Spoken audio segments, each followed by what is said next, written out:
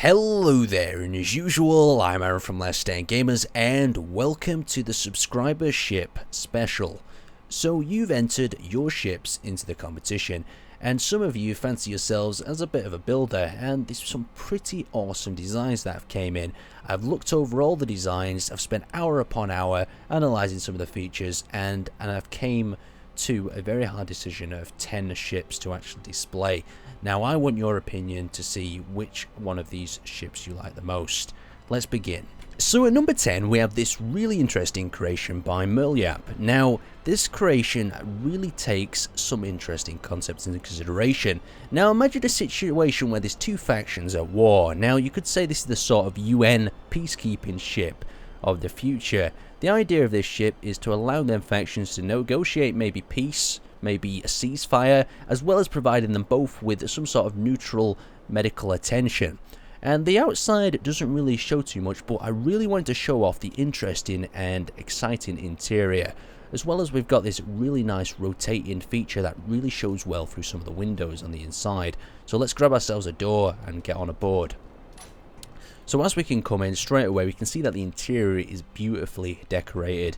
There's areas everywhere. We've got little cots, we've got different areas, and we've got these windows that just make it feel a different shape, a different sort of area. So if we drop down here, we actually drop into the main meeting room that's below us. So you can imagine the two rival factions at this table discussing maybe terms of peace, maybe a ceasefire, or maybe even declaring war on each other. And you've got this room, you've got maximum seats. You can imagine quite a few sorts of arguments maybe breaking out here, maybe a shootout. You'd have to have some turrets maybe just to mop up any incident. But if we drop on down here, we go to the lower levels. So what I really like about this ship is that it's designed to host two factions, maybe not the best of friends. So each faction has their own area and their own utilities separate from the other, as you can see there.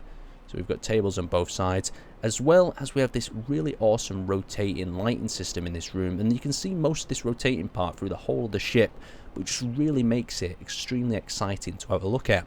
So let's drop down into the lower decks. So you may notice that there's actually a gravity turning point here. They've made it so the gravity, as you walk down, the gravity will actually rotate you into position.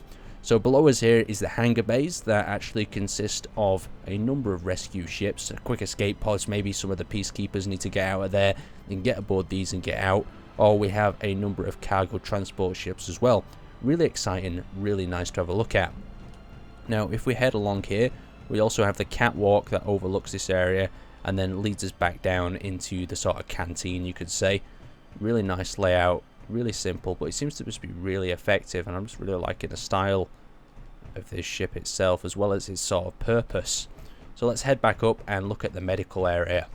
So he's done a lot with space, and he's really used the gravity generators to help us move around. So we're going to drop back down into here, or into another corridor. We've got a cargo area there, sort of processor, and if we continue along, we have a gravity elevator just up around here. That's the other faction's other side, so you could have some angry stares at them as you walk past. As you hop in the elevator, you nicely rotate it around, and you send quite safely into the medical area and place back on our feet. So we're in our medical room now, and we can charge up and get our health. A really nice ship overall, but let's move on. So at number 9 we have the SSV Aegis, designed by Delta Cooper and MinnoX. So this must have been some sort of joint collaboration project, and what's came out is one hell of an awesome command ship. So the concept behind this ship is a ship that sits at the back, maybe has your main really important commanders in, it looks after them as well as helping them direct the battle from a safe distance. So on the side here we've got the name as well as a number of little turrets and some docking ports, extremely useful. So let's drop down and enter through the hangar. So we've got a small runway. This is only a small hangar because it's not really meant to carry any sort of heavy sort of duty fighters, as I read. And we've moved up into here. Now the fighters that are actually in here are not fighters at all. They're actually recon vehicles used to recon the area ahead of the ship, as well as patrolling outside, looking for them saboteurs, trying to maybe clamp a mine to the side and take out some of the important personnel. Now if we climb through here, we're going to enter into the airlock and on the first floor. So we've got a nice observation window looking down over there, the hangar, so you can actually see who's coming in. Now we're on the blue floor, and from what I can tell, the blue floor is kind of the low security deck, We've got a briefing room here with a spotlight as a sort of projector. You can imagine standing at the front and briefing some of your captains on the battle that's going to take place within whatever. It would just be so cool and so awesome. Now, if we continue on through here, we can see that there's a number of elevators and other things to get us to the top floor. Now, this is a sort of crew quarters, and I'll show you one of the little bunk bed areas. You can see the crew quarters are nicely stacked. You've got these orange beds, really nicely laid out, and I'm going to show you what's in there a little bit later on because it's pretty damn awesome. Now, let's continue up. We'll grab one of these elevators and we'll fly up to the next level. So we've got this little interval, and then we've got another elevator that takes us up to the green deck. Now, the green deck, from what I can tell, is like the sort of resource deck where resources, engines, and other things are stored. So if we enter through this hangar, we'll come into the engine room. Now, the engine room is really nicely laid out. We've got all the reactors connected up through piping to the rest of the ship, and it just works really well in conjunction with these red lights. Really nicely laid out. Now, let's head off to somewhere a little bit more interesting. So if we drop down here and we head through one of these corridors, we've got this green key coding, tells us we're in the right area. We've got the cargo bays, we've got the refineries, and this should take us up to one of the command decks. So let's bring ourselves up the escalator, and we turn around, and now we're in the interior sort of command deck where a lot of the center of the control of the ship, you can see it's all heavy armor, well protected. Anyway, let's go up to the pilot's seat so you can get a good view of the whole of the ship where you might be flying it from if it's in the sort of good weather. So as you can see, we've got more turrets, more defense, and you can, every time you see a turret, you know you're in a quite critical area. So this is what I think must be some sort of captain's quarters. Now we're going to head back and go around and try to get ourselves in to one of the high security areas by coming up through here. And this is one of the final high security areas. You've got the red, we've got the seats. So this is like the secondary bridge, and we've got where the pilot sits within the actual ship. So you can just see it's quite a nippy ship for something of this size, and it can turn pretty well. I was pretty excited by having a mess around. You can see all the docking ports and other things on the side. But anyway, let's go and have a look at that secret room. Now, the final thing I want to show you is the emergency drop pods, and now every large ship needs these. We've got a multiple seat drop pod, and we can simply get in and release this thing. So let's hop that out, and we're just going to need to interact with this and release it from the merge block. Now, you've got to be bloody fast from what I'm told to actually catch this thing. So merge block, fingers crossed. Now this could end horribly bad. Okay, and we're in. We're going down. We're dropping out the bottom. It's a bit wiggly, but we're doing it. We're escaping in our escape pod. And there we go. Now, I believe what you can do is activate these things, and then you could actually use it and maybe, you couldn't fly away, but it would actually stabilize the actual ship itself. Very interesting. Let's move on to the next one. Now at number 8, we have a very small ship. Now, this ship is the entLoader. Now, this little ship is very important, as you'll run into many situations in Space Engineers where you'll have to manually move blocks to get them into the position you want. And just like my Honey Badger, this thing does the exact same thing. So we've got a Mark 1 and we've got a Mark 1B. Now, both of them have their little differences.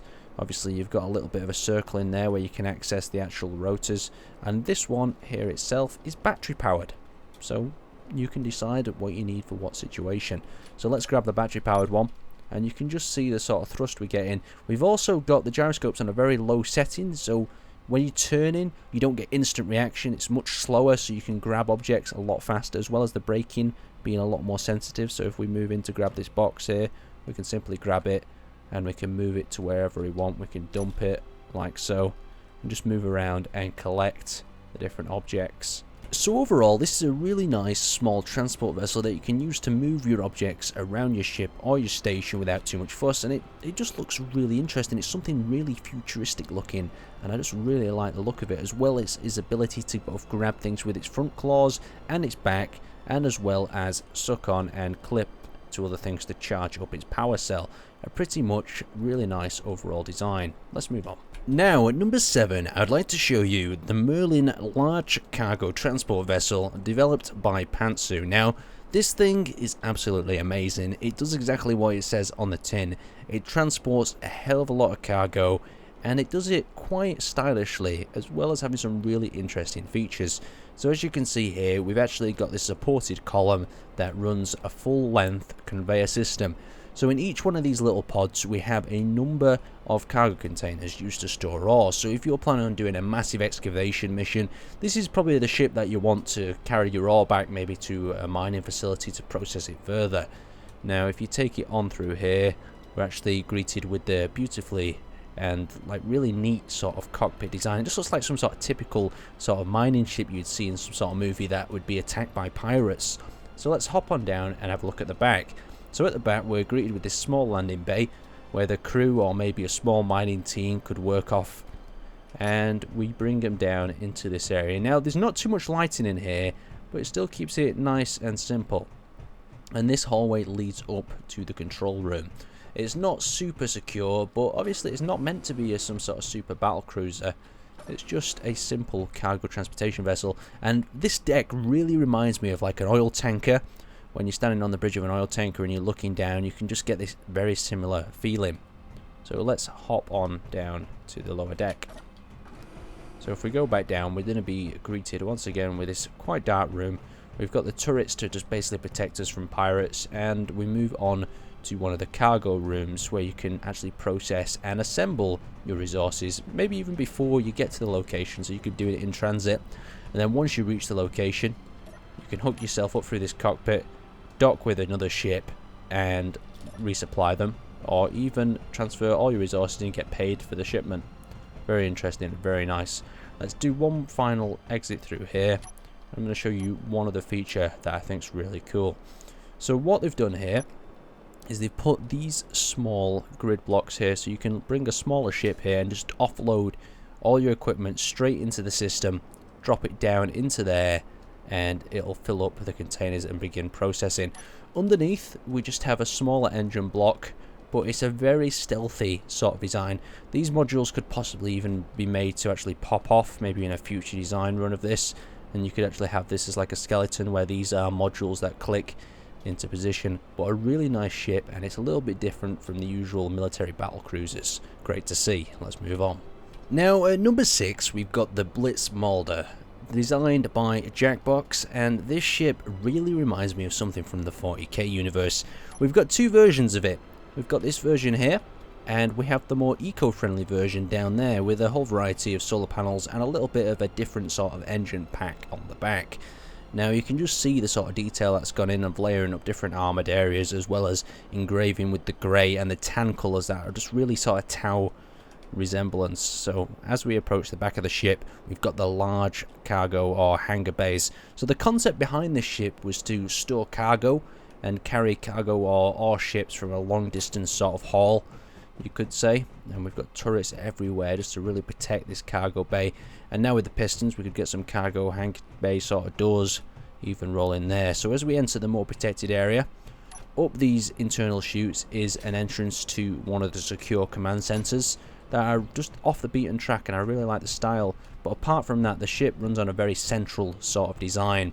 So in here is one of the further forward cargo bays, so you can imagine stacking up your containers along here, or maybe even using it to transport some sort of rovers in here. You could have some sort of rover vehicles for planetary sort of exploration. And up at the front we have the battery bay. Now let's head back over here, and we have the small elevator that leads up.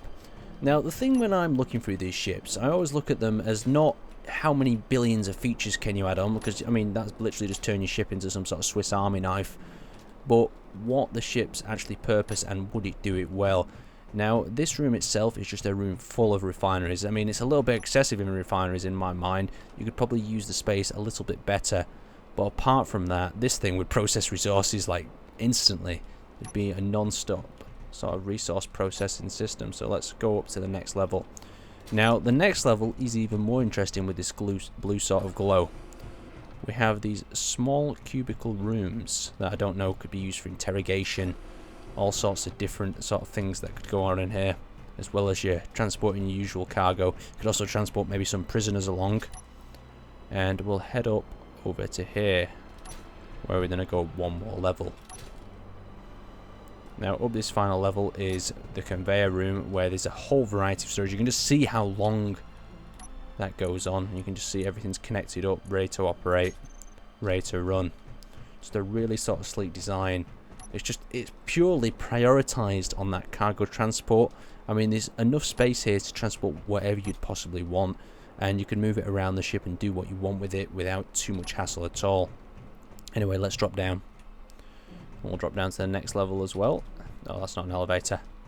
But apart from that, a really nice sort of ship design. So next up, at number 5, we have the Arkfarer. Now, we've got 3 transport ships doing quite well in this department, and I had a look at them, and they're absolutely really interested in sort of design and shape. Now, this one itself really reminds me of that sort of Noah's Ark tale, you could say, and that's probably why it's named after that. And it does exactly what it says on the tin. It transports things extremely well. So you can see the cockpit through the glass there, and we've got this sort of blimp sort of style structure, you could even say, to it. But let's gain access to the place. So I'm going to access the place through this little door, and we'll hop on inside. So we're inside, and we're greeted with this unbelievably large hangar area. Now, at first thought, from outside, this place doesn't look this big, but it's absolutely massive. You can stack this thing with so many ships, so many different sorts of supplies, and just fill it to the brim with transporting vessels and so on. Now, if we hop up onto here, we'll be able to access the doors. So we've got the door locks that we need to turn off, and then we need to turn the rotors to reverse, and the doors will basically open on up. But Aaron probably just forgot to turn the door locks on, unlock, and there the doors come down. The doors then are lower. We could bring our ships in, lock that back up, and secure the ship ready for flight. We've got all the containers back here, all sort of stacked up and connected to the system, as well as the reactors here. Now let's head off into the back area. The only thing that I've noticed about this ship is that there doesn't seem to be gravity in all of the areas, and maybe that's something that needs to be further worked on, or maybe it's just a plan. And we've also got hidden compartments here, like for engines. Now this is not going to cause any damage due to it, and it's probably to keep the design pretty clean. And I'm not really bothered if someone hides engines like this, as long as it doesn't affect the performance of the ship. If anything, it will make the ship's performance a little bit better, having them hidden engines in there. Making use of space to do something like that, very nice indeed. So let's continue on to actually have a look at the front of the ship. Now, the front of the ship leaves you with this sort of overwalking catwalk area that then leads you up into the multiple decks. So let's actually have a look at the bottom deck first. The bottom deck, of course, takes you into the command and control room. That has a lower and an upper portion, so maybe the captain sits here and everyone else can sit below him.